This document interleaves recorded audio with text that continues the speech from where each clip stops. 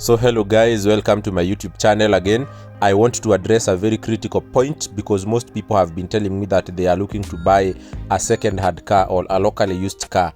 I can tell you that there is no problem buying a locally used car because people sell cars for so many reasons. You can buy a car and sell for you to upgrade. You can be in financial distress, but selling a car because it has a mechanical issue is among the least reasons why people sell cars. So, and if you have a mechanic, he can help you to spot out some of the mechanical issues before you buy.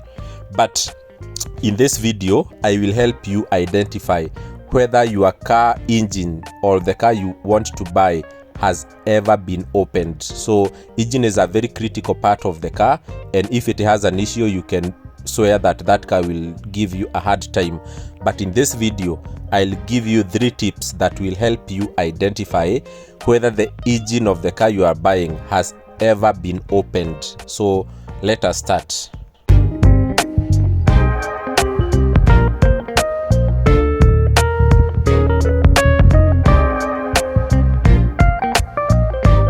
So the first point is a bit obvious, and this concerns the bolt and nuts.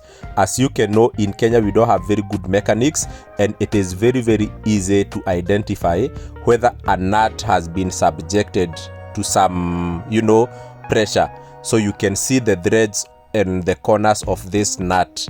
If it had been twisted using a spanner or something, you can be able to understand that. So engine has very well located and visible nuts and bolts, so make sure that you are able to see them and whether they have been injured by a spanner, by some mechanic trying to open it. The second point is the silicone lining. You see the one I am pointing at? There should never be a silicone lining on the 2 compartments of the engine, the top and the bottom.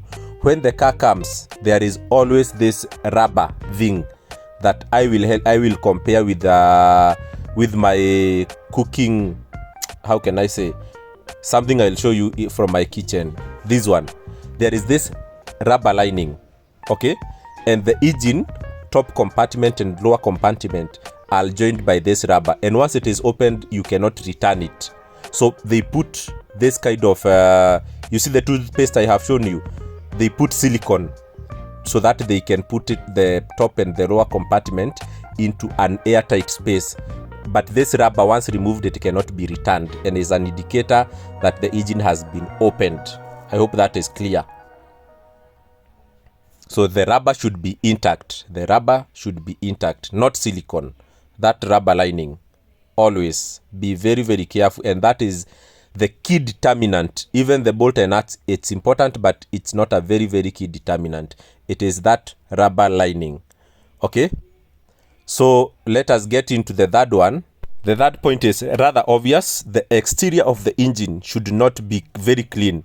There is no reason why anybody should be walking around cleaning the engine exterior unless it has been into the garage and opened and reopened and put back together. That is the only reason when the exterior of the engine becomes too clean. Otherwise, it should be always dusty, and then when it is too clean, be careful, okay?